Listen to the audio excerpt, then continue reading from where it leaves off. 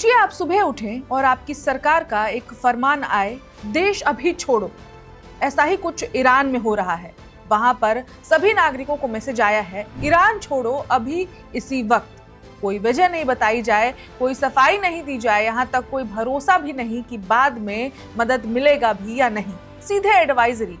जब सरकारें अपने नागरिकों को परमाणु ताकत वाले देश से भागने को कहती हैं, तो आने वाली तबाही की चेतावनी होती है। ईरान का आसमान खाली हो रहा है, फ्लाइट्स कैंसिल हो रही हैं, एयर स्पेस अनसेफ बताए जा रहे हैं और कहा जा रहा है अगर निकलना है तो जमीन के रास्ते निकलो, तुर्की या फिर आर्मेनिया से निकलो। ये डर खबर का नहीं है, ये डर उस सन्नाटे का है जो हमेशा मिसाइल गिरने से ठीक पहले होता है। आखिर क्या होने वाला है ईरान में? क्या अगला धमाका मिडिल ईस्ट में होने वाला है? क्या हम वर्ल्ड वॉर 3 की दहलीज पर खड़े हैं?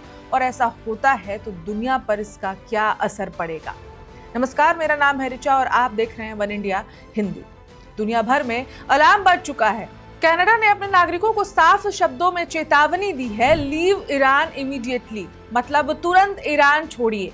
सरकार का कहना है कि ईरान में कंसुलर मदद भी लगभग नामुमकिन हो चुकी है। फ्लाइट सस्पेंडेड हैं, एयर स्पेस अनसेफ माना जा रहा है और लोगों को तुर्की और आर्मेनिया के बॉर्डर से निकलने की सलाह दी जा रही है। ये सिर्फ एक ट्रैवल एडवाइजरी नहीं है, ये एक रेड अलर्ट है, रेड सिग्नल है।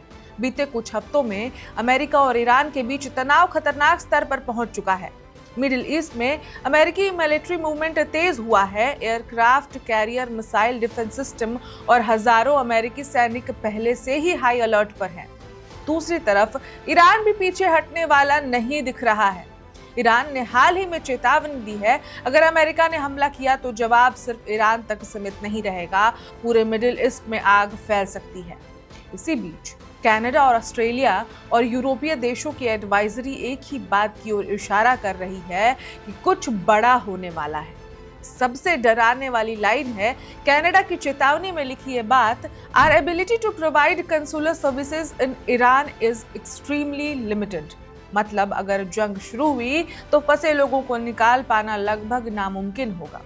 फ्लाइट्स क्यों रद्द हो रही हैं? एयरलाइंस ईरान के ऊपर से उड़ान भरने से डर क्यों रही हैं? क्यों बॉर्डर के रास्ते ही आखिरी ऑप्शंस बताए जा रहे हैं? याद कीजिए, यूक्रेन युद्ध से ठीक पहले भी ऐसी ही एडवाइजरी जारी की गई थी।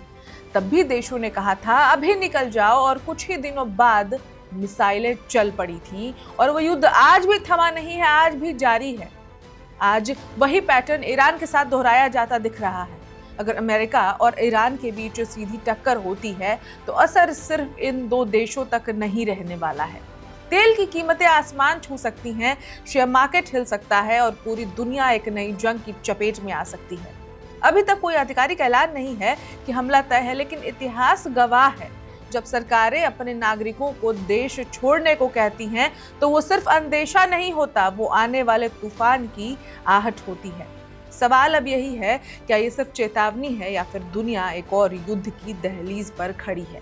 डर इस बात का नहीं है कि खबरें क्या कह रही हैं, डर उस बात का है जो अभी तक कहीं नहीं जा रही है। इस खबर में इतना ही।